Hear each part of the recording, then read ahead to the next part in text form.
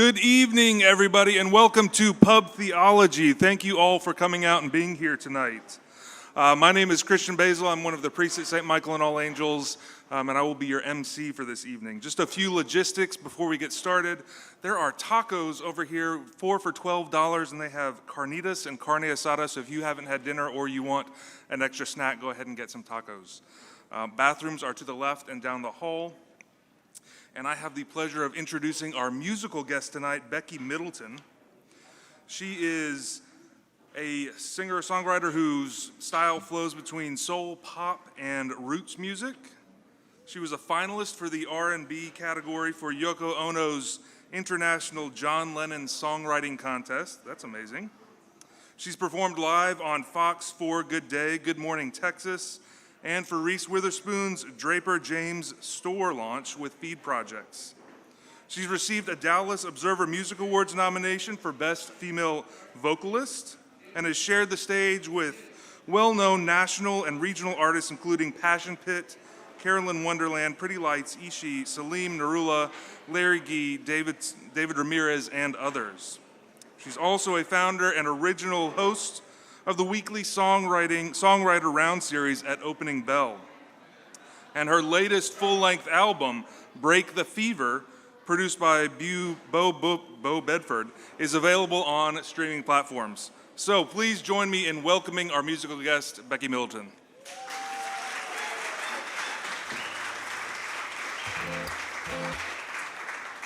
How you guys doing? Thanks for coming out on a very cool evening. We appreciate it.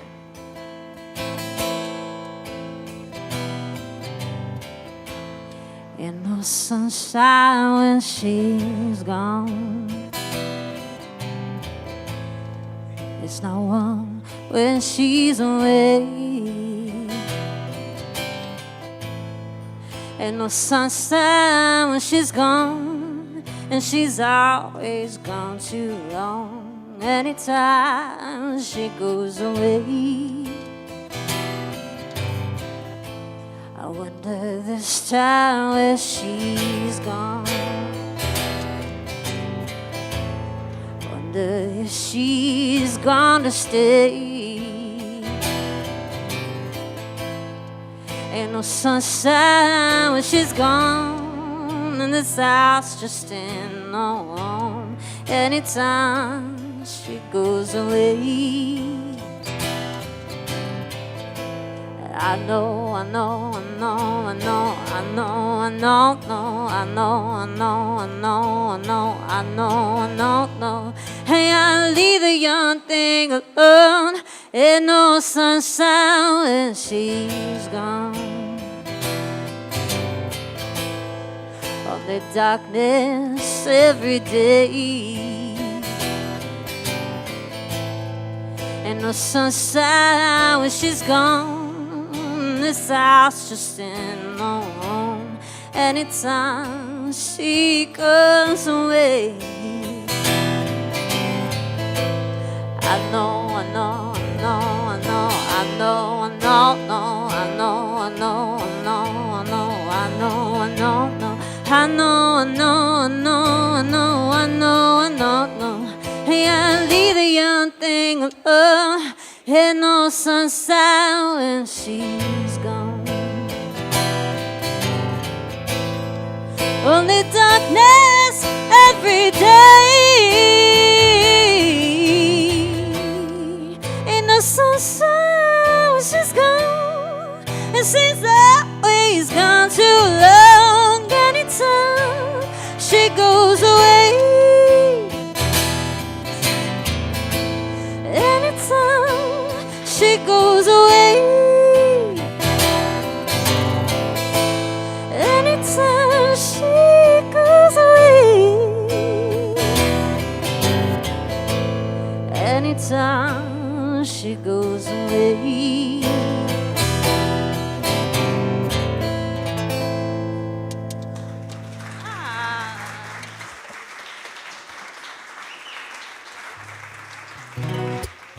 Thank you guys so much.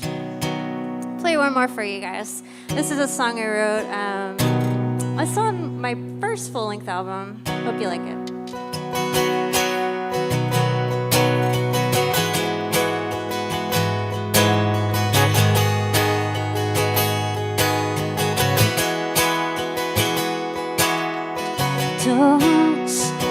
splashing in the water. Concrete is getting harder. Baby's almost here, and I wish you were there, but you're over there. You're over there. Every bit of me is shaking. Even more of me is aching. On the inside of my heart, where you were once a part, but you're over there. You're over there. Oh, how are you? And is it getting better? And did you get my love in the letter?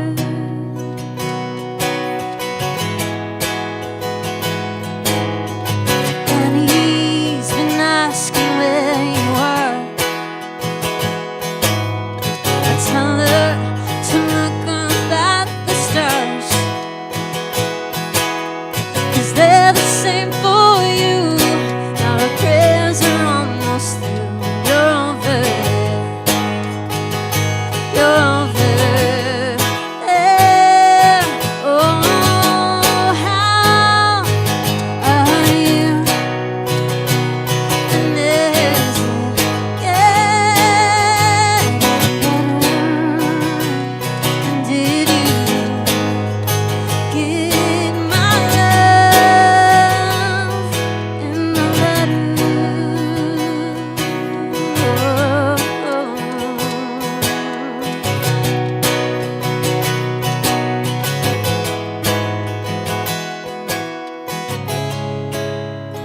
When you are lonely, when you don't feel free, I'll remind you who you are and what you can see. What you can see.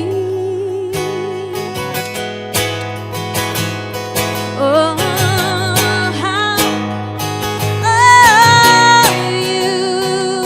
Is it getting better?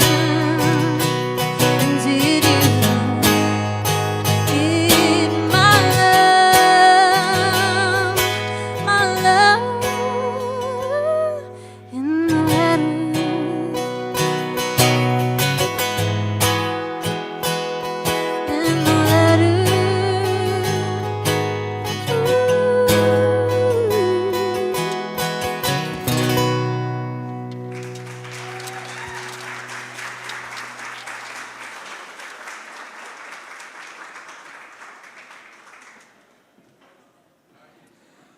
All right, everyone, again, thank you, and thank you for joining us for Pub Theology. Just a note on what we're doing tonight. This is an approachable and casual way for us to interact and discuss different theological topics. So we invite you into this safe place to do that. And we normally meet in a pub because it is an approachable place, it's a relaxed place. So again, thank you for joining us here. We are St. Michael's and All Angels Episcopal Church. We are located up near the Preston Center, and we have contemporary and traditional worship services. So if you are looking for a church home, please do come check us out. Our website is St. Michael, spelled out stmichael.org. So again, please check us out on a Sunday or online. A word on tonight's format. This will be about a 30 to 45-minute talk. There's going to be a 10-minute break and then 20 minutes at the end of questions and answers, a Q&A session. So you will find on your table, these buckets have got a slip of paper that you can write a question on, so please do that as the talk is going on. And then during the break, we'll collect those questions and give them to the speaker so that he can figure out which ones to answer. There's also a survey on the table if you want to fill that out to give us topic ideas for next year and tell us how things have gone. As a disclaimer, I do have to say that before I introduce the speaker, the views are not necessarily those of St. Michael's, but they are of the speakers alone at this time. Now, for our speaker, we have the Reverend Michael Mills, who is rector of the Episcopal Church of the Good Shepherd here in Dallas, where he has served for 7 years. Before this, he was dean and rector of the Cathedral Church of St. Matthew here in Dallas, as well as the acting dean of the Anglican School of Theology, and has served a variety of other roles in other churches. He's also been an attorney and has worked in 2 local Dallas firms. He's earned a master's in English from the University of Montevallo and is, thank you. Yeah, I can read. And his master's in divinity from Nashotah House Theological Seminary and his Juris Doctor from University of Alabama School of Law. So he's spoken on this before on the why of suffering, and tonight we've asked him to speak on how to get through that aspect of suffering. So please join me in welcoming the Reverend Michael Mills.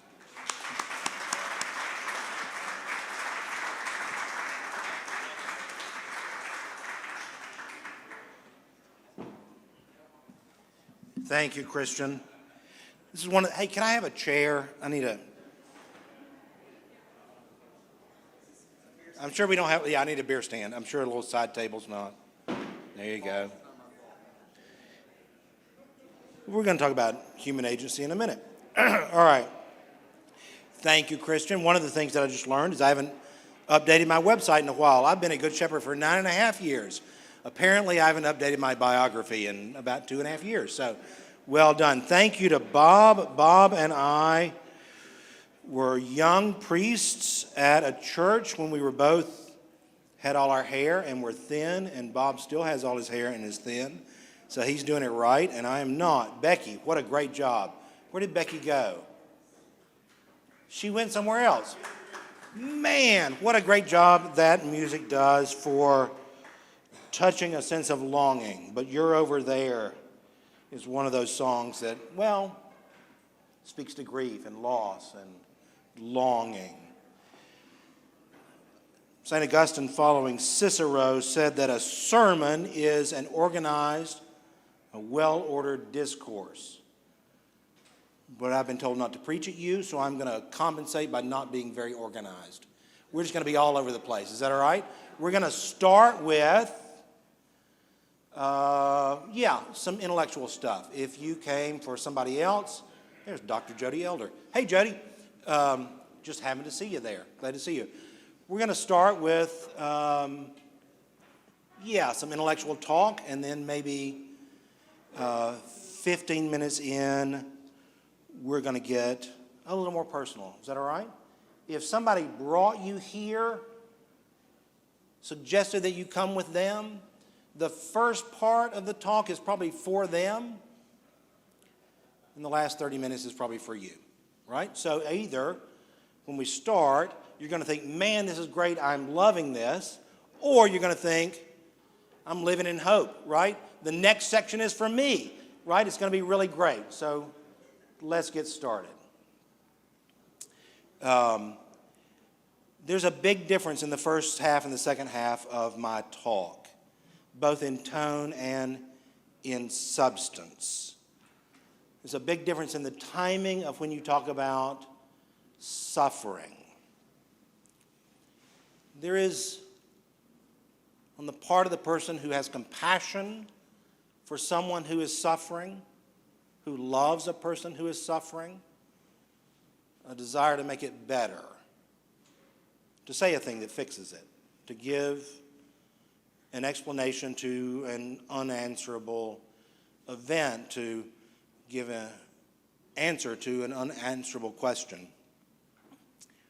So I hope that if you're carrying something, you'll be a little bit patient. And if you know someone who's carrying something, you will immediately forget the first part of this talk. It might feel helpful, It will not be.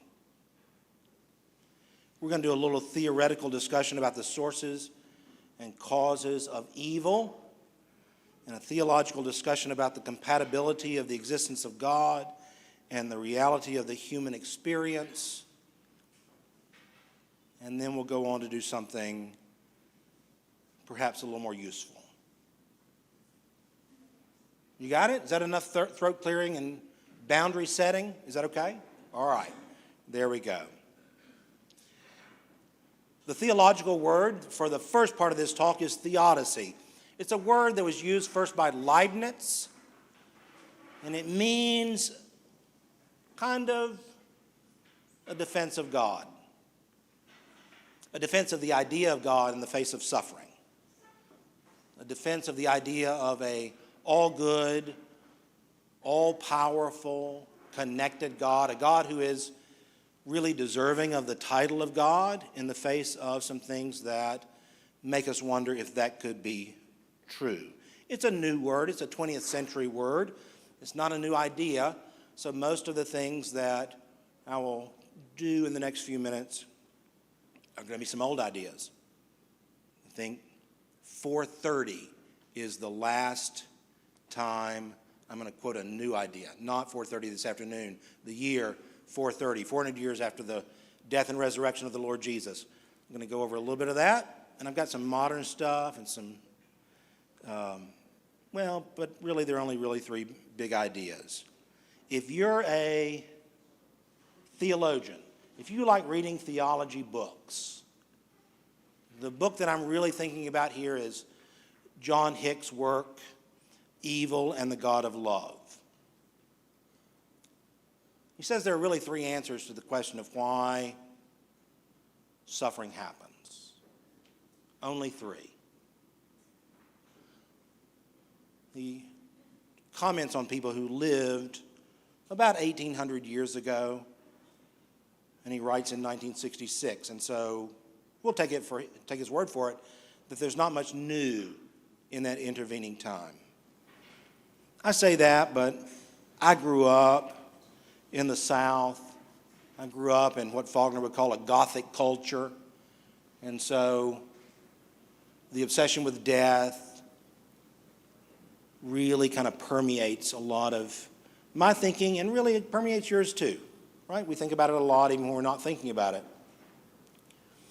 And so there's some ways that we graft on to the big ideas. The oldest one is that of Plotinus. Plotinus is the founder of Neoplatonism. He says that there's a gap. There's a gap between the idea of the thing and the way the thing is. He says that about everything, right? And I don't just mean individually, but he has this idea that things have ideas and reasons they exist and the ideal form of them, but you never see it. Why does the chair collapse when you sit on it?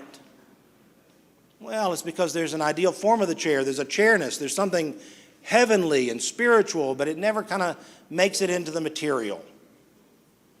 There's never really a chair that manifests all the chairiness, which is fine for chairs, but for human life that's hard, right? Because for him, there's something about human life. There's a humanity that's somewhere up there and out there, and there's a perfection of life, and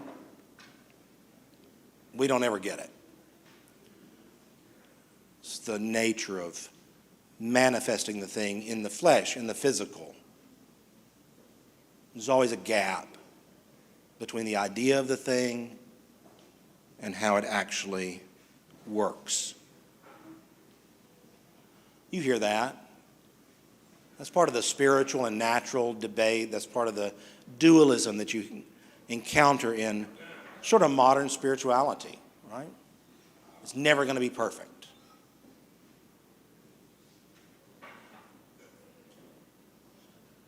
Hick talks a little bit about St. Augustine and his view of evil. Not that it's never going to be perfect, that there's some gap between the spiritual and the actual, between the philosophical and the religious, but Just the basic idea that things have somehow spun off course. St. Augustine's writing about 430. He dies in 430. He's writing about 400. And he will say, if you say to him, why do people suffer? What's the problem that actually comes about? He will say, you've read the book, right? The book starts with perfection in a garden and people who are free. And they make a choice. And the choice is a bad choice. And the choice that is a bad choice has consequences. And the consequences just filter down. The first choice is between obedience and life forever in paradise and freedom and death. And because of that, we all live under, well, kind of a punishment that we inherit and something in us that we deserve. There's a goodness and a corruption, and that's why evil happens. Hicks says there's a third one if you want a philosophical answer, and that is something along the lines of it's kind of necessary. That's the earliest of the ideas. It comes from the year about 200. It's Irenaeus, a saint of our church, who says that that's the way we grow. That somehow God allows these things to happen. Maybe even God gives it to us. Because in the things that we suffer, in the bad experience of life, we grow. Maybe suffering and evil are necessary, not only for us to be free, but for us to be good. That if we weren't striving against suffering, striving against evil, we would never become the people we were intended to be. Irenaeus has a little defense of God that we don't hear much. It happens a little bit in medieval theology, but mostly in Islam. If there's evil in the world that makes us what we are intended to be, Irenaeus says, and Ibn Sina says, that maybe God doesn't know about it. Maybe God has an idea of what's going on in the world, but actual suffering is maybe beyond the transcendent. So God sets the world in motion. And we suffer and we become better. But it's just a system for making us good. Irenaeus was not grabbed onto by the church, and Ibn Sina was not grabbed onto by Islam. They were a correction. There was a correction of Ibn Sina by a guy named Al-Farabi that really thought that God knew everything and intended everything. It's a really interesting part if you're really interested in 12th century Islamic theology. I know you're not. I got it. But I am, so I'm going to tell you about it because I have the microphone. If you're really interested in 12th century Islamic theology, the fight is whether God knows particulars or only abstracts, which means that there's a question about whether the goodness of God and the will of God is about particular things. And Islam settles on God knowing everything and intending everything.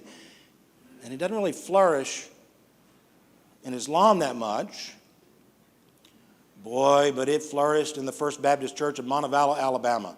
Because when something bad happened, they would say, what? You know, Irenaeus would say that was a way of God drawing good out of you. That's not what they would say. What they would say is, that was God's will, right? That comes maybe to us, but it starts in medieval Islam. You've been very patient, and I really appreciate you powering through that. Let's talk about something a little more interesting, shall we? I want to tell you about two biblical versions of the question of how bad things come about and why they might. One of them is the book of Job. If you know the book of Job, if you kind of know the book of Job, how about that? If you know the book of Job, you know what I'm going to say. If you kind of know the book of Job, you don't know what I'm going to say. Because chances are, if you kind of know the book of Job, you know the basic idea. I'm signaling that I'm getting closer to the people. Do you see that? That's what I'm doing, right? If you kind of know the book of Job, then you know the basic idea that Job is a perfect guy. Job was righteous and upright. There was nothing wrong with Job. And if you read the whole book, one of the oldest things in the Bible, and you don't start out and accept the idea that Job has done nothing wrong at all, ever, no time ever, you kind of miss it, because the premise of the book of Job is that God's playing a game with the devil and makes Job suffer to see what happens. That might be a little bit of an oversimplification, but it's not that much of an oversimplification. In Job, the devil says if you make Job suffer, he'll release his faith. And God says, let's see you make him do it. And Job goes and suffers.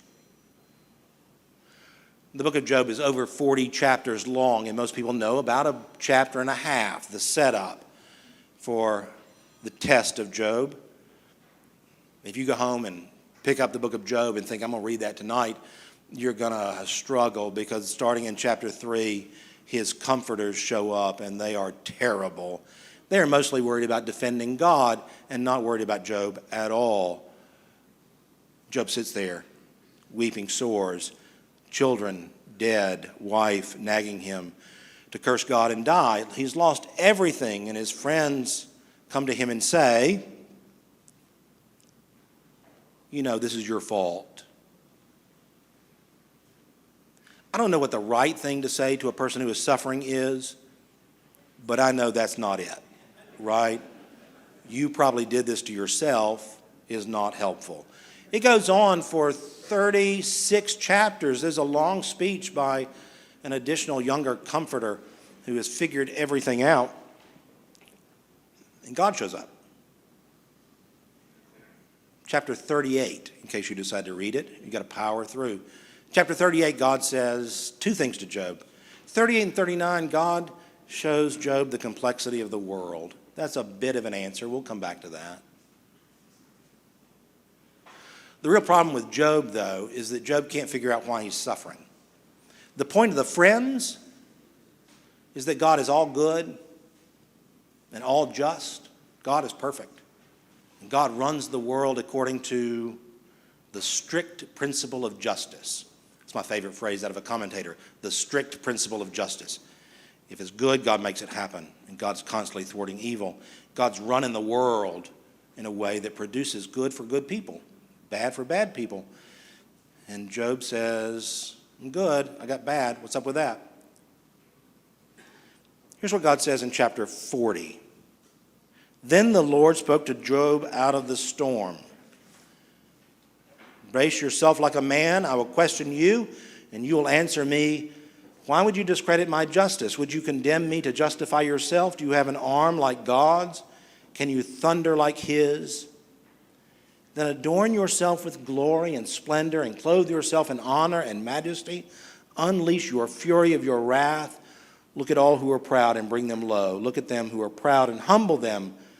Crush the wicked where they stand. Bury them in the dust together. Shroud their faces in the grave. Then I myself will admit to you that you, in your own right, can save them. Here's what God shows up and says to Job in the second speech. He sort of says to Job, if you want to run the world where good people have good things happen to them and bad things have bad things happen to them, if that's the way you want to run the world, have at it. Because that's not the way I'm running the world. Job's disappointed, isn't he? Because he expects, I'm a good person. Good things are going to happen to me. My neighbor's a worse person. The bad things are going to happen to them. We can all do that, right? You can figure out why the person across the fence from you is a worse person than you are. Heck, you can probably figure out why the person sitting next to you is a worse person than you are. Why you should get good things and they should get bad things, right? I know y'all are going to fight about it going home. But still, you can kind of figure out why you should get good and they should get bad. And God says to Job, that's not the way I run the world. It doesn't work like that. St. Paul kind of says the same thing. For those of you who are not bookish theologians, I'm talking about St. Paul in Romans. For those of you who are bookish theologians, I'm talking about Robert Jensen's A Theology and Outline, his commentary on Romans. Honestly, I couldn't find the book today, so if I get Robert Jensen wrong, you let me know later and I will correct it, I promise. But kind of here's what Robert Jensen says. Here's a real problem, a theological problem that talks about suffering. It's not directly about suffering, but here's what St. Paul can't figure out. Why didn't the world end on Easter? It's a weird place to start, isn't it? Right? Why didn't the world end on Easter and gets around to suffering? St. Paul is saying, why does the world work this way? Why does suffering happen? What's up with the way some people convert and some people don't? Does God run the world according to the strict principle of justice? Why does the world work like this? Same question as Job. The real question is, boy, there was a judgment event, wasn't there? That guy walked around Jerusalem and Galilee for 3 years describing what it's like to live with God, and nobody listened, and eventually they killed him. But God honored him and raised him from the dead. Why isn't that the end of the story? Why doesn't God come in just judgment then? And where St. Paul gets is, it's for Michael. It's for me. He doesn't mention me particularly, right? But maybe the world works in this chaotic way because God is patient and God loves even the people 2,000 years later who might come to faith. Maybe God doesn't run the world in the way that Job expects or the way St. Paul thought it was going to work. Maybe God has a different plan that has a greater value. That's the end of the second section. You ready to go on? Here we go. There's a prayer when I go into a hospital room. How am I doing? Do you know what time is? I don't mean like, what's the quality of my talk? I mean like, how much time do I have? Well, I know that. I'm not going to talk all night. Keep going, they say. How long have I been talking? About 15 minutes. Ooh, I got to slow down then. That's all right. We'll spend a lot of time on Q&A. How about that? When I go into a hospital room and lay hands on a person, there's a prayer that I say. I think it's from the prayer book. I'm not sure it's exactly what the prayer book says. I've been doing this a while, and you know how little things get added into your prayers. Here's what I say. I lay my hands upon you in the name of the Father, and of the Son, and of the Holy Spirit, beseeching the mercy of God, that all your pain and suffering being put to flight, the blessing of health and wholeness may be restored to you. It goes on from there. Pain and suffering, health and wholeness. If we're going to talk about walking with God during suffering, we want to make sure that we get that pain and suffering are distinguishable, not entirely separate, and so are health and wholeness. A person in pain, if I could lay my hands on them, or the doctor could treat it, would be made healthy. It doesn't mean they would be made whole. It doesn't mean they would have, I think the theological word, maybe the psychological word is integrity. I don't mean moral integrity like they are who they say they are in every situation. That's a way of using that word separately. I mean, there's a brokenness, a separation within us. We seem to be different people, fragments of ourselves in different places. Somehow, even if you could stop the pain, you wouldn't make them complete and whole and have integrity. And sometimes when you stop the pain, you don't stop the suffering. Because suffering can be in a memory of something that happens, even after the physical pain will stop. What's the difference there? I think, I'd be happy to hear your ideas on this on your question card if you want. I think that suffering starts when the question is, why is this happening to me? I think it's natural to think, why is this happening, right? My side hurts. Why does my side hurt? But I think there's a justice question, isn't there? Why is this happening to me? Why do I deserve this? Why somehow am I not excluded from this experience? Why do I have to endure this? And for that, there are different answers. Sometimes the answer is very plain. You can see that in other people.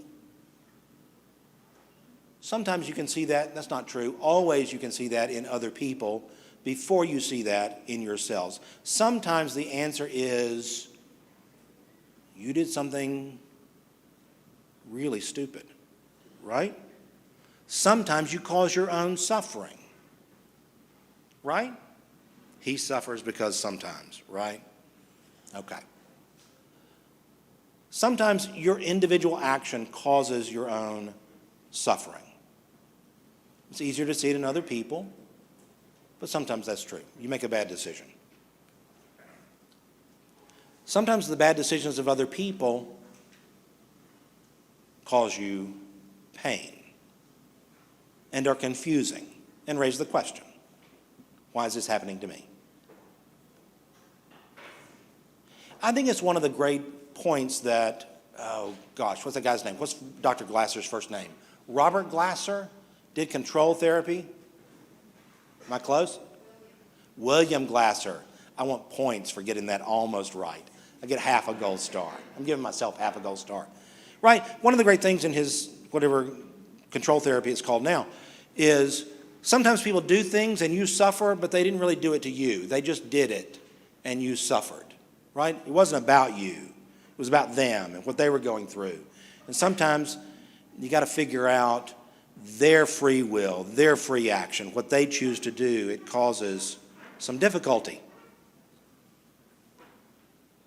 Sometimes it's just the world. Christians believe that the world is in a disordered place, that we go from the perfection of the garden to the perfection of the New Jerusalem, but in the middle, it can be chaotic. And sometimes suffering comes at a grand scale. And honestly, sometimes the grand scale of suffering, I don't have to feel particular pain at it. It doesn't have to somehow mess with my life for me to psychologically and spiritually wrestle with it in a way that I can't control.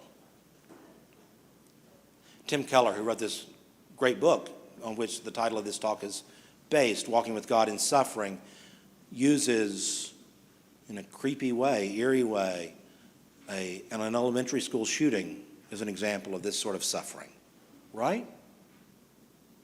How does that happen? Where's God in that?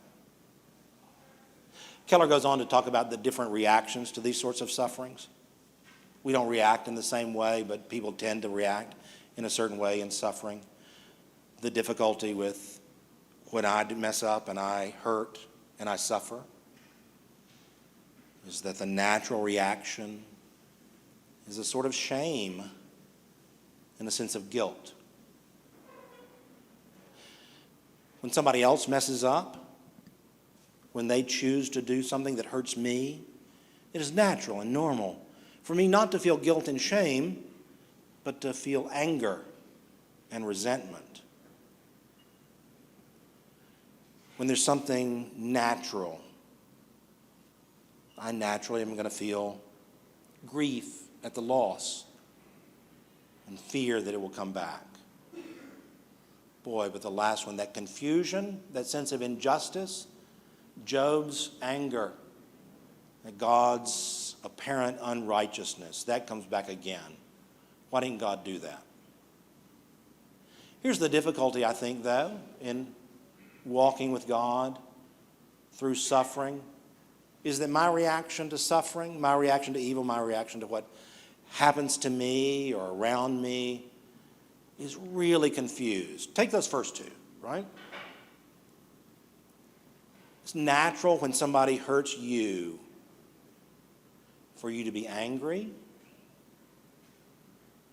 And yet we know people, I hope it's not you, but we know people who have grown up in families in the context of an abusive relationship. When they are hurt by another, feel not anger, but shame.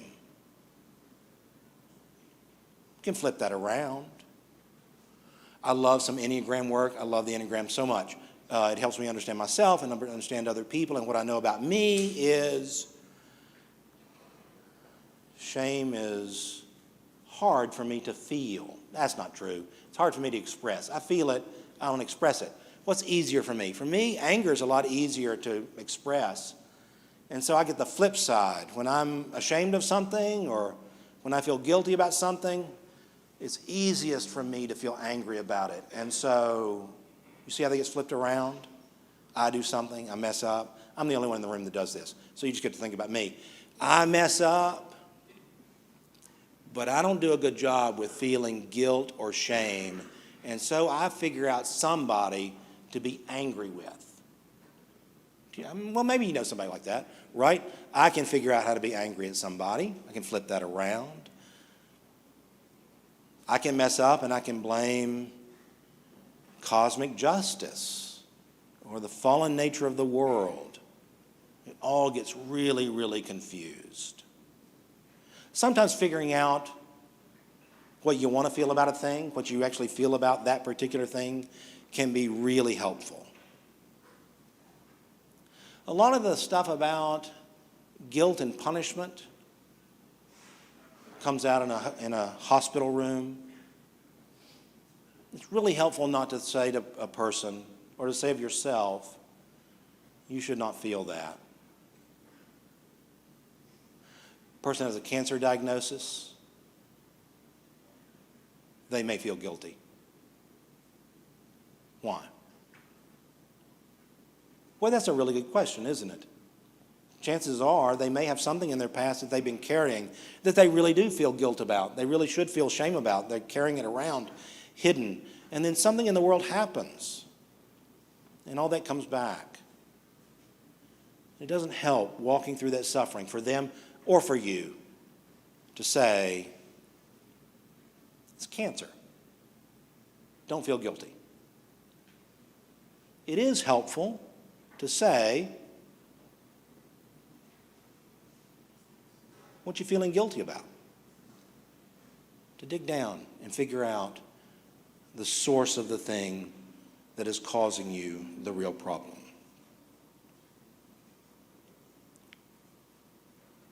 Yeah, okay, I'm going to move on from that. Yeah.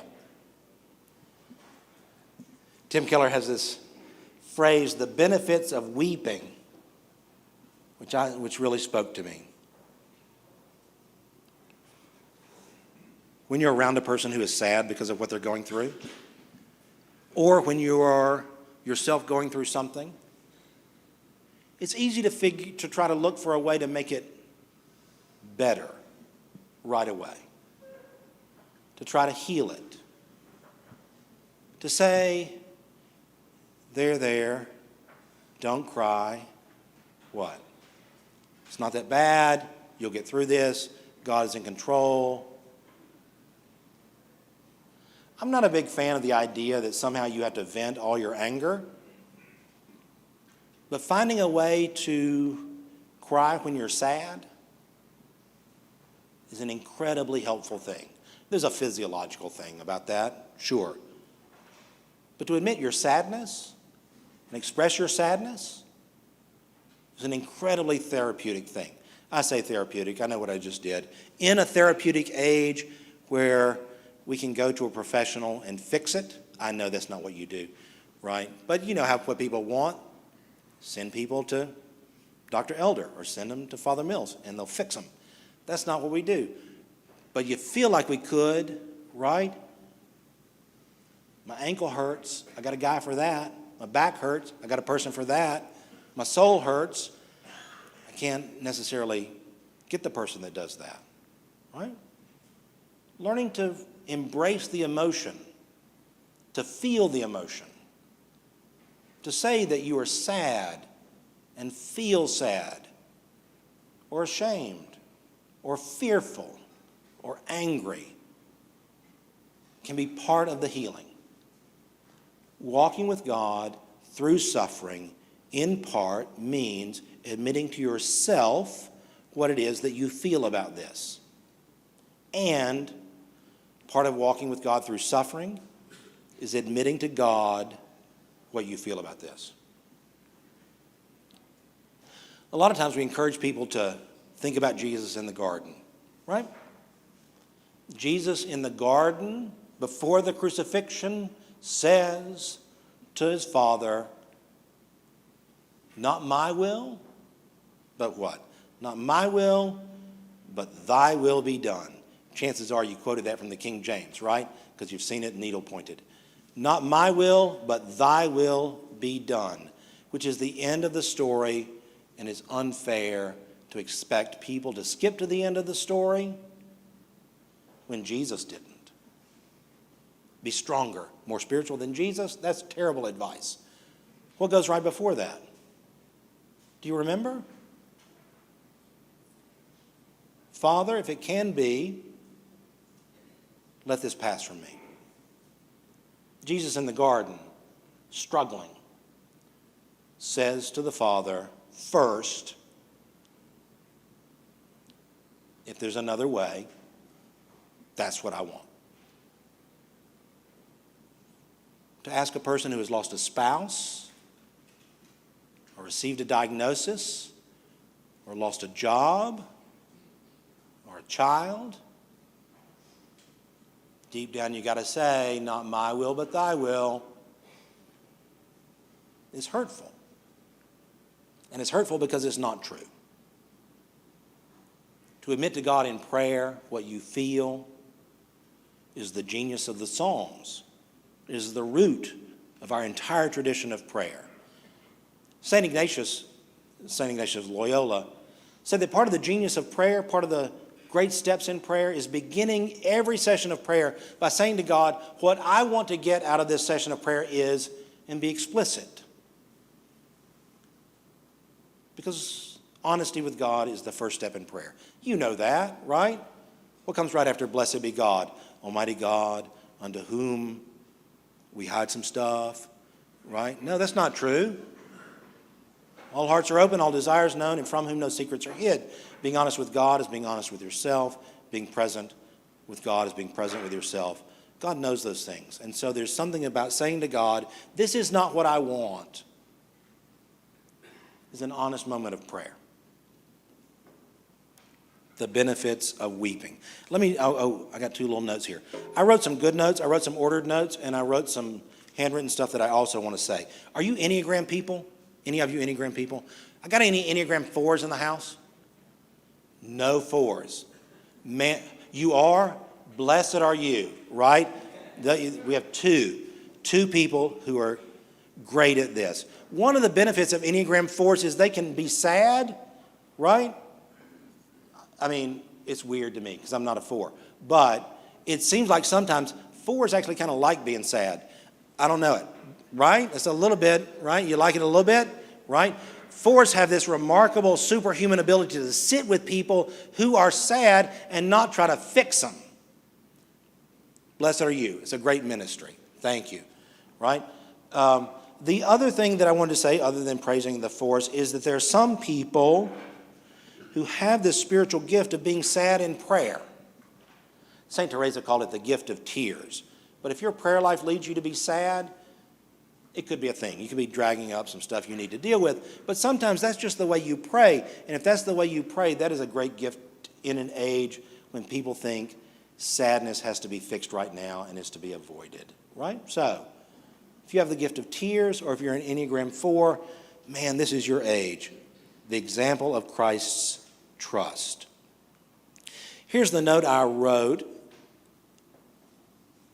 Nope, I already talked about that. There we go. I'm going to go on with the value of prayer to the one honest with God. I said a lot of stuff. I said a lot of my stuff. Okay, here's what I want to do.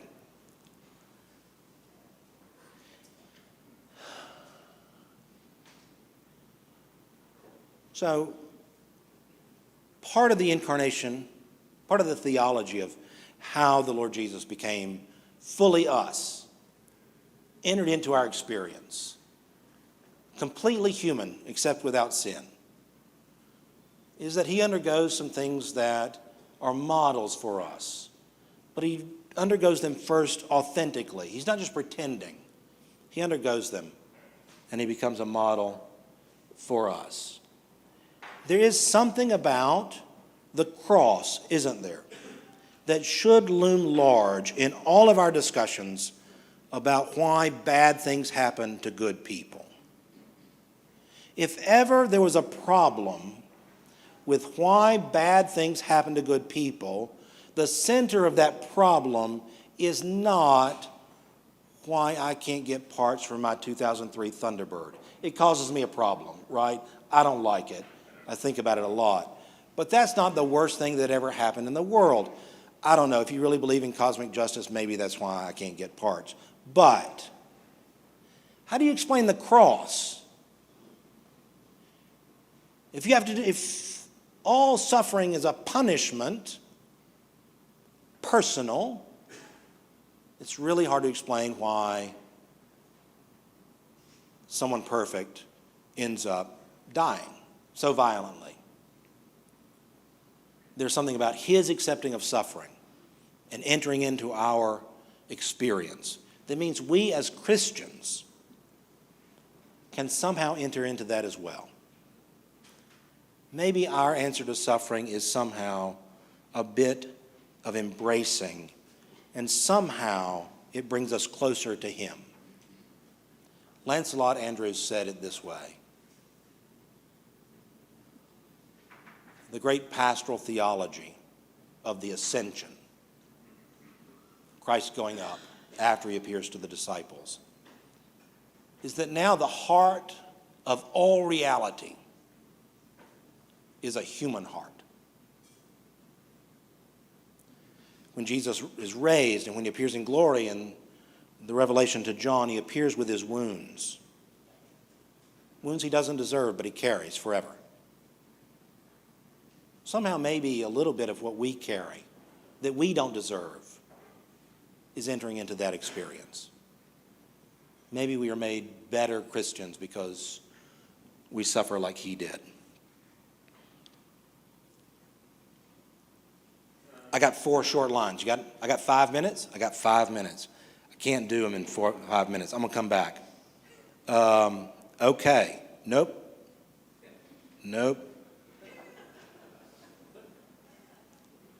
Here's what I'm going to say at the end. Okay, that's what I'm going to do.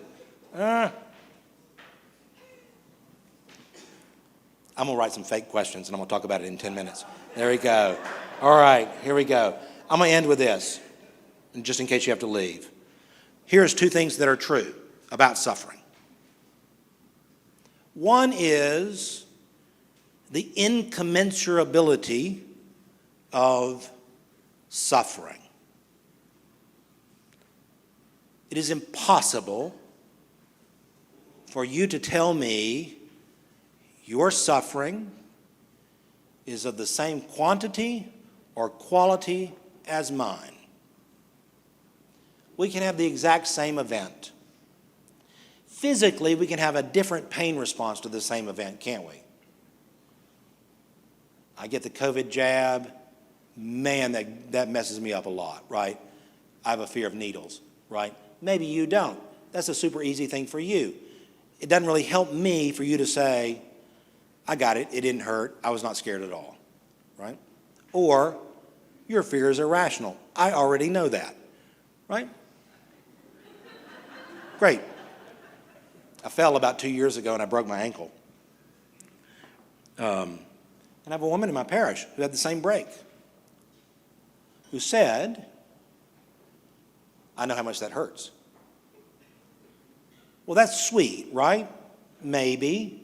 Also, no, she doesn't, right? She's not hurting in my ankle. Physically, that's easy to see. Sometimes boy, it gets confusing how to help somebody who has gone through something that is similar to what we've been through, right? We want to say, I know what you're going through. That's a hard thing on the receiver's end because you don't. You can't compare suffering. We know that especially in grief groups, right? You go into a grief group, you sit around a table with people who have to have a strong rule against this because they will say, you know, my husband lingered for 6 months. At least yours went quickly. Whew. Okay. At least you got to say goodbye. I did not. You got to say to those people, you can't compare suffering. Right? We'll say to you, you can't compare suffering. Here's the other thing, though. Suffering brings with it a huge burden of isolation and confusion. Grief especially is clear in this. The burden of grief that says, I'm not sure I'm doing this right. I should be somewhere else by now. It helps to have somebody sit with you who has been there too. So the great gift you can offer people is to be able to sit with them when you've been there too, without saying, I've been exactly where you are. I've felt like you do. Even if you kind of know that might be true. I think I hit like 4:30. I got like 30 seconds left. Okay. What do we do now? They get to write all their questions. They're not going to have questions. It was an excellent, complete talk. How long do we do that? I get 20 more minutes now? I get, no. Becky's coming up for like 3 songs, right? And then I'm coming back up. Oh my goodness, I thought you were telling me I had to take questions right now. Okay, thank you. Hey, Becky. Thank you all. Thank you.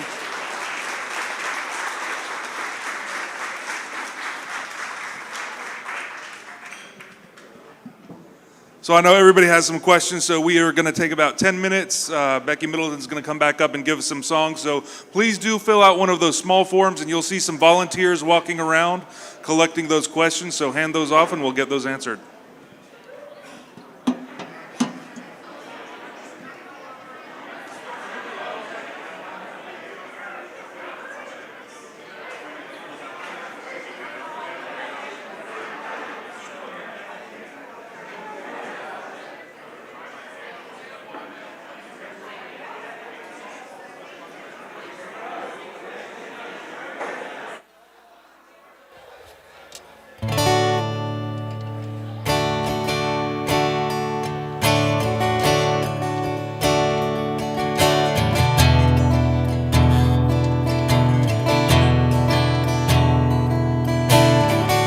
Since I am none of it, you put your hands on my body and tell me, told me you were ready for the big one, for the big jump, the last love, everlasting, you and me. I was what you told me. I'm giving you.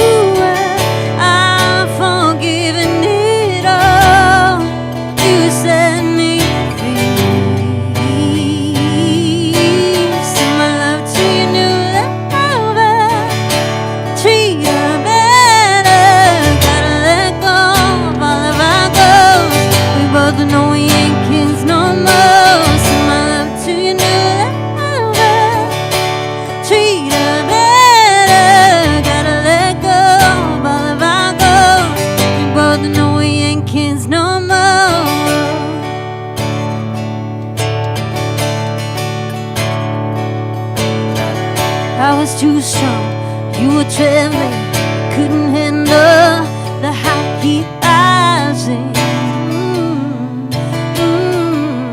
Baby, I'm still rising. I was running, you were walking, couldn't keep up, you were falling down, down. There's only one way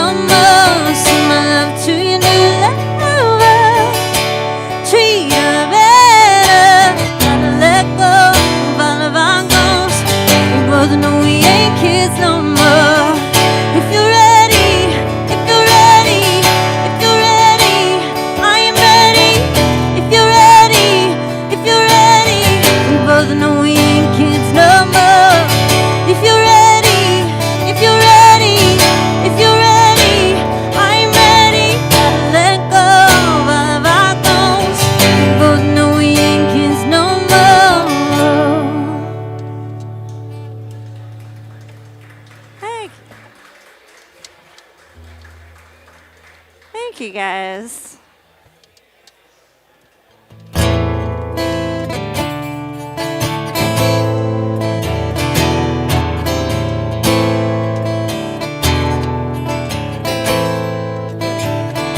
Near far, silent or loud, highs or lows, it don't matter.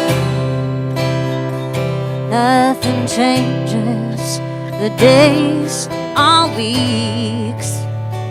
What's inside never leaves.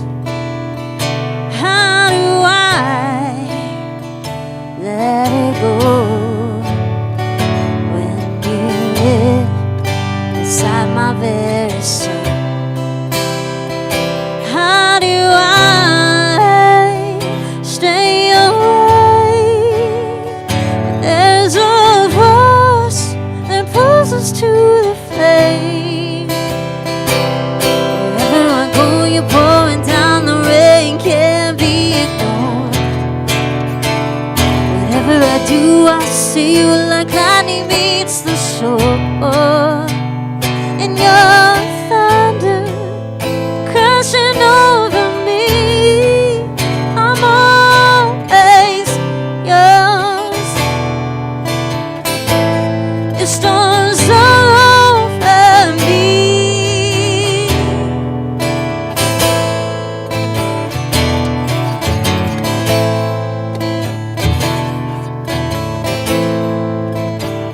So take my freedom and waste my time. Say anything, try and take it off my mind. Nothing changes, the days are weeks. What's inside never is. Don't tell me to let it go when you've always had the greater hope. Don't wanna stay away. Where you move is where I self-remain. Wherever I go, you're pouring down the rain, can't be ignored. Whatever I do, I see you like lightning meets the shore. And your thunder crashing over me, I'm always yours. It storms all over me. You had the power before it began. You come around, you're consuming love. You blew me over before I could run. So now I'm done, for others I'm done. Wherever I go, you're pouring down the rain, can't be ignored. Whatever I do, I see you like lightning meets the shore. And your thunder crashing over me, I'm always yours. I'm always yours. I'm always yours. And storms all over me.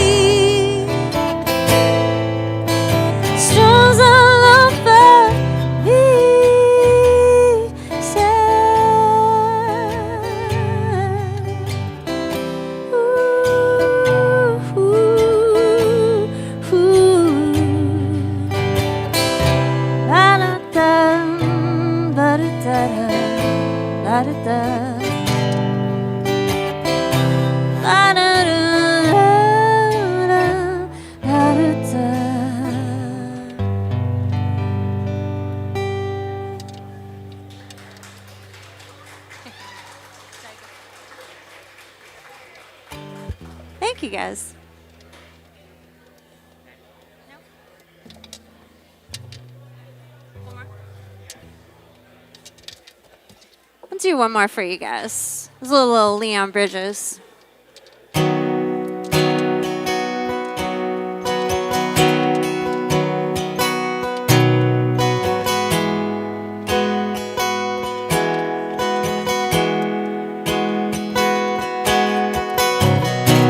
Been traveling these wide roads for so long. My heart's been far from you. 10,000 miles gone. Oh, I wanna come near and give every part of me, but there's blood on my hands and my lips are clean.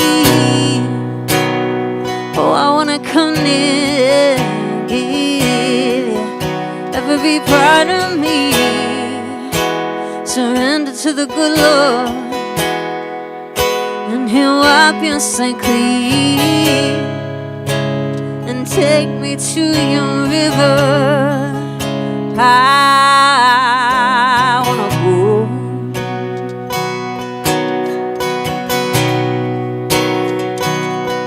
Oh, and take me to your river. I wanna go.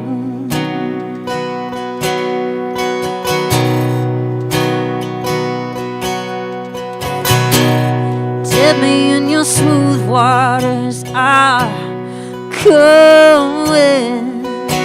As a man with many crimes come up for air, as my sins flow down the Jordan. Oh, I wanna come near and give every part of me, but there's blood on my hands and my lips are clean. And take me to your river. I wanna go.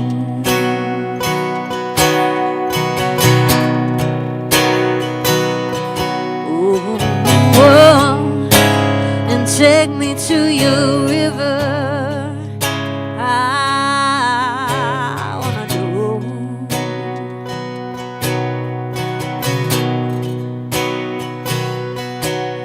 Wanna go, wanna go, wanna go.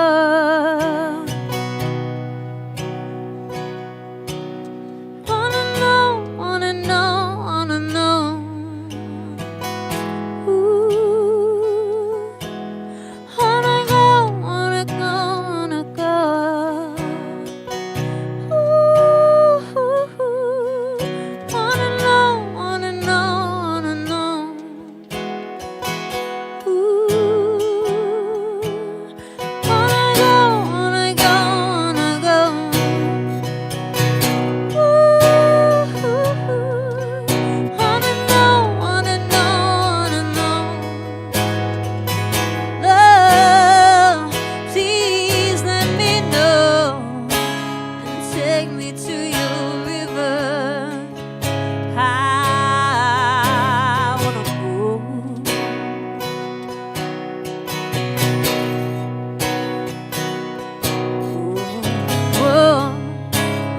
Take me to your river.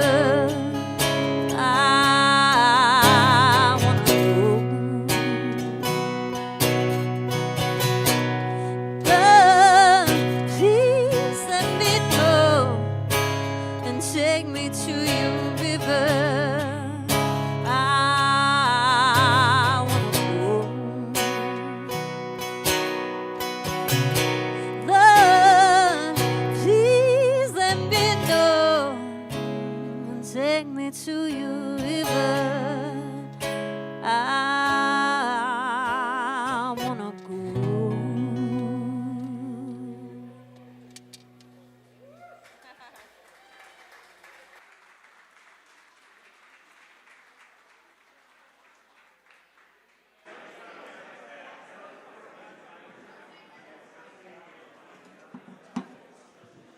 All right, we are going to welcome Michael back up to the stage for our question and answer session. This will last about 20 minutes. And welcome back to Michael. Thank you. You could just sit there and listen all night. Okay.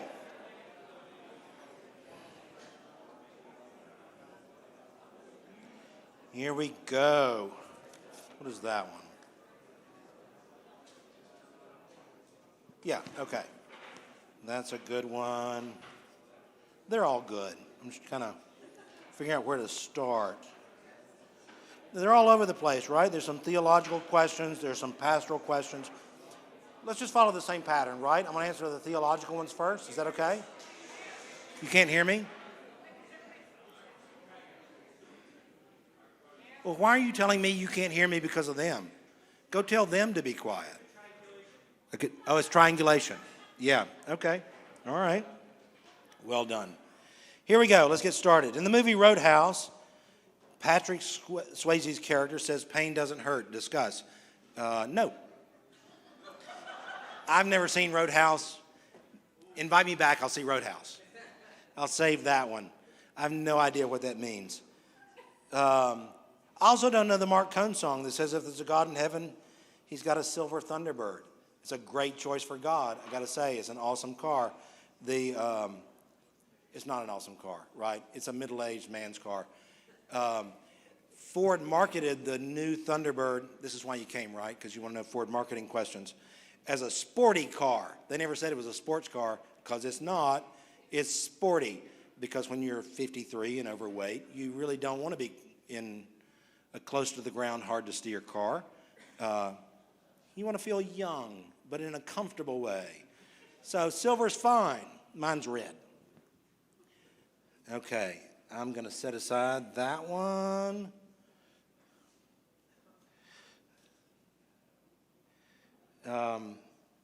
Oh, this is a really good one. Okay. Yeah. That one is too. Okay. What's the best way to deal with other people who are causing you suffering? I think that's an awesome question. Because in part we know a lot more about right, destructive personalities, right? That's been one of the side effects of political turmoil is that, well, for every 10 times somebody gets called a malignant narcissist, somebody looks up the idea of malignant narcissism and thinks, oh, that's my mom. It's not my mom, right? I'm not going to tell you my mom's stuff. It's not malignant narcissism. Yes, I know. So what's the best way to deal with other people causing you suffering? I think the first thing is to realize you do not deserve that. That's the first thing. You do not deserve for whoever it is to be causing you pain. That is not cosmic justice. That's a person who is maybe not even a bad person, maybe a person who is close to you, maybe a person who is deserving of love, that you do in fact love, that is causing you pain, and that pain is not about you, but is about them. I said that earlier. Do you get that? That's a hard thing, maybe. Most of the stuff that I do, that's not really true. Some of the stuff I do is compassionate. Some of the stuff I do is about my seeing another person and responding to that person. That's me at my best. Me at my worst is when I don't see the other person. I just behave the way I do. When I'm mean to my staff, I'm never mean to my staff. I am a little bit sometimes. When I'm grumpy with my staff, when I realize somebody in staff meeting is crying and that might be my fault, that's happened like sometimes. It's not about them. That's what I realize when I get a little bit of time. It's about me. So if you've got somebody in your life that is like that to you, the first thing I would tell you is that's about that person and their hurt and their damage and their inability to do whatever it is they need to do. It's not about you. They did a thing and you hurt, but it's not about you. And the hurtful thing sometimes when you are so close to a person is that you hurt because they can't see you. I get that. But that's about them. It's not about you. That's the first thing. That's enough. Here's the other thing. I know that Jesus says turn the other cheek. But Jesus has only got two cheeks, right? That doesn't mean, right? They punch you twice, you get to hit them back. What I'm telling you is that forgiveness and permission are different words for a good reason. That you can let it go. My version of what I think forgiveness means is, well, here's what you know. Because you've all done it. Maybe you haven't. I do it. So I'm going to tell you what I do. I'm in a black suit, and I've shined my shoes, and I'm greeting people at the door, and I kind of turn halfway, and somebody steps on my foot, and part of me, not the best part of me says, if I get a chance to step on that guy's foot, I'm going to do it. I'm going to hit it with the heel, right? I'm going to exact some vengeance. I don't really do that at the door. It's a metaphor. And you recognize the metaphor, don't you? That the part of anger is about vengeance.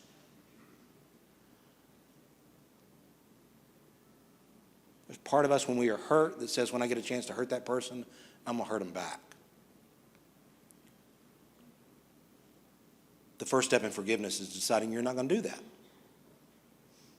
Just because you're hurt doesn't mean you have to hurt other people.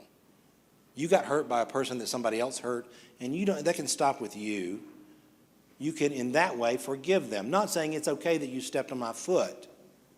You know, stepping on the foot is kind of a metaphor for something much worse, right? But that's what I'm going to use. You can say, I'm not going to do that. It doesn't mean that you have to decide then that person gets to step on your foot. You can move your foot. You don't have to be around those people. Jesus doesn't say, keep at it, right? He endured a lot. Where really he got crucified one time. Right? Boundaries are not unchristian. So, you don't deserve it. You can decide to give up fantasies of vengeance because they're only bad for you. And you can build some boundaries.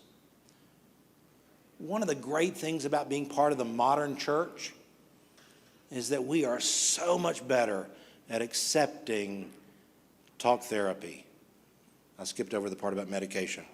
We are so much better about accepting advice from people outside the church. The fact is, people who come into my office that need something that I'm not equipped for, go somewhere else. I don't kick them out because I don't want to deal with it. But I'm not a psychotherapist. And a person who wants to sit on my couch for me to be an amateur psychotherapist is harmful to them.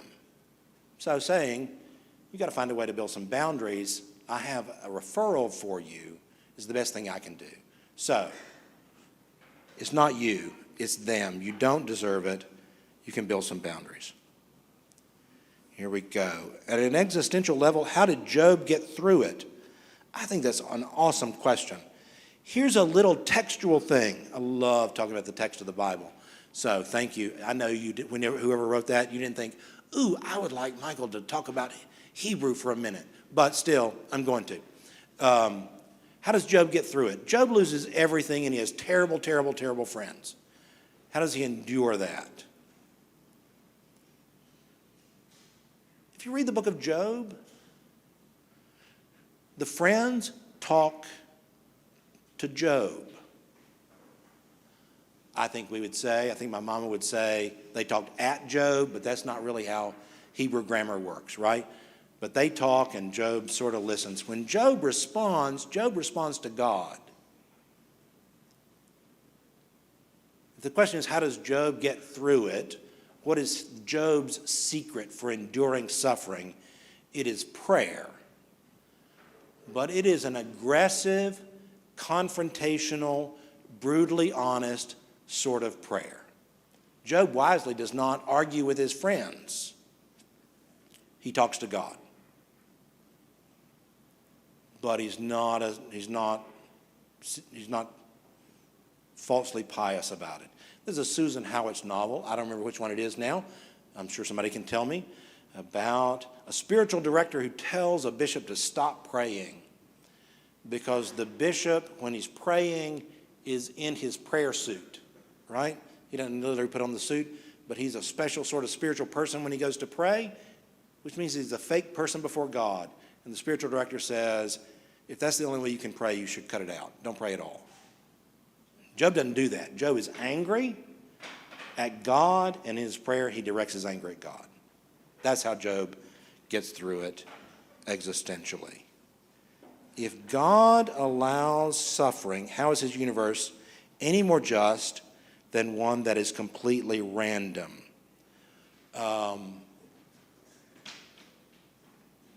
Patience and apathy are different. We are called to see who we are in the light of the gospel and who we could be and how Jesus bridges that gap and to turn to God. That's a point of freedom. There is a way that we wish sometimes the world would work. I'm not going to give you an example. You can come up with one on your own, out of your own life. Why didn't God what? Make the key to the Thunderbird not work when she had been drinking so much? That sort of thing. Why didn't God step in then? Is it better to be random? I think God, in his mercy, leaves it open for people like me so that I can choose God. There's not part of the story where God overwhelms me. He overwhelms the Red Sea, but not human people. We're left free. The difference in the way the world is now and a random world is that there's an end. There's a God drawing us to himself.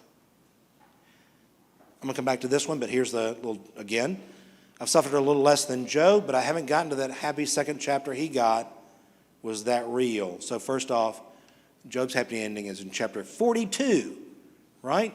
So if you feel like you've been suffering enough so you're in the mid-30s, 42 may be coming for you. Yeah. I wonder if for this person, how do you get to the end of Job? Is the same, persistence in prayer. Has God spoken to you yet? And I wonder then, if you're sitting on my couch doing spiritual direction, who shows up in prayer? Right? Are you trying to skip to the end? Are you pretending with God? Yes? What happened in that last chapter? Well, you know what happened in the last chapter. And I will tell you, the last chapter, scholars have a lot of stuff to say something about because, right, maybe from a different time. Job gets all his stuff back in the last chapter. He gets a bunch of stuff. He gets some kids back. He doesn't get his kids back. He gets kids in heaven. But he gets a lot of camels. But Job is restored, right? But I think the question for the book of Job for this talk is, when does the suffering of Job end? Right? The suffering of Job doesn't end, in my mind, the way I'm using the word suffering, when he gets his stuff back. Right? It's when he prays so much that God shows up to him. And he's able to connect with God in a different way. Is Good Friday the feast of sufferers? Yes. Yes. Why? Say more. Okay. Thank you. I think it's a feast of sufferers in this sense. And I'm going to pull out the question of substitutionary atonement, because I saw that one. I'm going to start there. Yep. Nope. That's a good one. That's somebody that quoted my last talk. How about that? It's a question about, did I put it over there? Yes. Jesus' death because of substitutionary atonement. Okay, so yes. Here's the story of Good Friday. There's part of the story of Good Friday that is about, well, it's a temple sacrifice. All the temple sacrifices were about substituting something for you or for your child, right? The redemption of the firstborn was offering something so that your firstborn was not offered at the temple. You did not die for your sins. It was all that way. And the suffering of Jesus is that way as well. Jesus stands in our place. That's true. The idea that Jesus himself suffers unjustly and therefore, in the way I'm using the word, does not suffer psychologically is not true. I think it's objectively true that Jesus could say, I don't deserve this. And unlike most people who say, I don't deserve this, that is certainly true of Jesus. It was not his own fault. But he does stand in for us in that way. He suffers for us and in our place. Atonement theory is a complicated thing. I'm going to come back to another complicated question. So there are other ways of talking about the cross that are also true, because the cross is an unfathomable mystery that has many sides to it. But yes, Jesus does stand in for us. He suffers for us. So why is Good Friday the feast day of sufferers? I think in part it is because our tradition has a great love of what theologians would call the sacred humanity of Jesus. I can see both who I am and what I could be in him. And somehow, sitting in my office with me trying to convince you that St. Irenaeus is right about the source of evil in the world will not do nearly as much good as you sitting in prayer in front of the crucifix. Because I've suffered and he suffered, and he knows you and loves you more than I ever will. Right? So that way is a celebration of his suffering and the way that connects with yours. Yeah, okay, so somebody quoted me to me. Here we go. Somebody heard a friend say we're all two-beer Buddhists after a breakup. That was me. I actually made that into the Dallas Morning News. How long ago was that? That was 20 years ago, right? 20 years ago. Here's what I said. The Buddhists believe that all suffering comes from attachment. That's true. Buddhists believe that all suffering comes from attachment, and therefore detaching yourself from the things of this world is the way to alleviate suffering. You heard that? That's Yoda. Yoda says that, right? There's a little bit of Buddhism in Yoda. So you get the idea. I think that one quote, after 2 beers and a breakup, everybody's a Buddhist, was what made it into the paper. That was not great. Yeah, I think if I had to pick, it's probably going to be, after you suffer, everybody's a medieval Islamic theologian. That's the quote for this time. What's the deal with should we give up desire? We differ there. Here's part of it. we can love we can love the right things for the wrong reasons. We can put the right things in the wrong order, and that can hurt.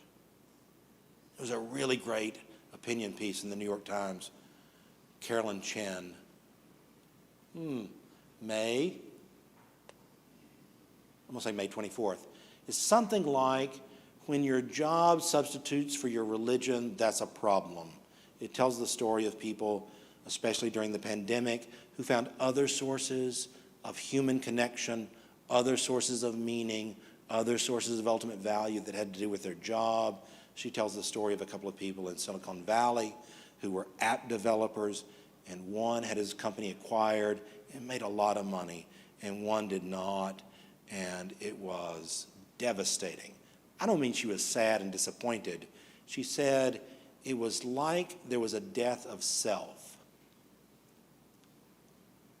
When the acquisition fell through, it was like I no longer existed. There's nothing wrong with developing apps. It can be a problem of relying on religious things to provide you support in somewhere else in your life. You get the right things in the right order, that can be easier. Here's my last thing, very, very quickly. I'm going to combine a couple of things here. Not that one. Yeah, here we go. I'm just going to tell you a story. Is that okay? Last one. Yeah, this is the one. I got it. Yeah, I'm going to tell you a story. So my wife Susan and I married in 1987, 35 years. We've married about 23 years. We've been pregnant 4 times. Didn't work out. Miscarriages. Went to about the same stage of pregnancy and lost the child. Okay? If you're one of those 3 people that wrote me something, you know why I'm telling you this story. And you know, if you've lost somebody, that you think first about a technological thing. Am I doing something wrong? Do I need better medical advice? But man, 4.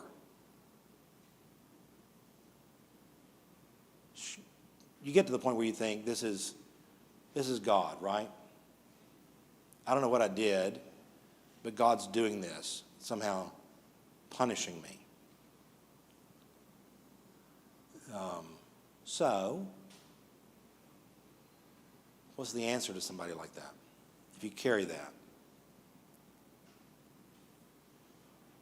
First, that's not the way the world works. That's not the way God runs the world. It's the way Job's friends tried to convince him, and God said, I'm not running the world that way. There's not a punishment that involves the death of a child. Here's the thing that I found lovely. I've got a thing after this, but here's the thing that I believe, and that you don't have to, but it is what I believe. I believe my children pray for me. I have 2 children who are alive now, right? John and Claire, they pray. I do believe that whatever God created at the beginning there continues on, and that those children who are lost pray for me now. Maybe I'm better because of their prayers. I don't know what it's like for somebody who has not endured all of this to pray. I hope they're more powerful than mine. I believe they are. I think that's a wonderful thing. I look forward to seeing them. And at the end of it, the children I have are a moment of grace and joy. We went through it again. It was difficult. Claire was born. Claire for about 2 weeks. Ooh. Sorry, give me a second. Claire for about 2 weeks was the child we got to see.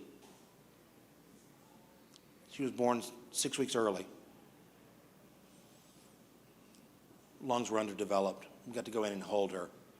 Called her the glowworm because she was on light therapy. It was exciting, and it was so sad. Claire's why I believe in redemption. Claire's 26. She has her own apartment. She has a job. She's a great child. Somehow, finding a place where I could say, I'm okay with whatever God does, changed my experience. Well, it was not fast. I'm not telling you that Jesus in the garden said, thy will be done. Therefore, you should as well. But man, that changed my life. And she's great.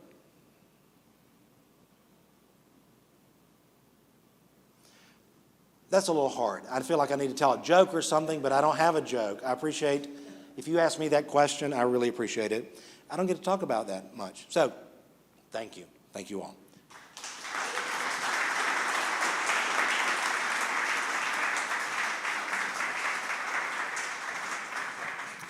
Thank you all again for coming to Pub Theology. We will be here next week at 6:30, so please do join us here at Four Corners Brewery. We'll be welcoming Dr. Matt Lockard, who will be speaking about what we know and the place of faith. So what we know versus all of the things that we don't know, all of the mysteries that we encounter, and what is our place, what is the place of faith in our lives and all of that. So please, again, join us next week at 6:30 for that.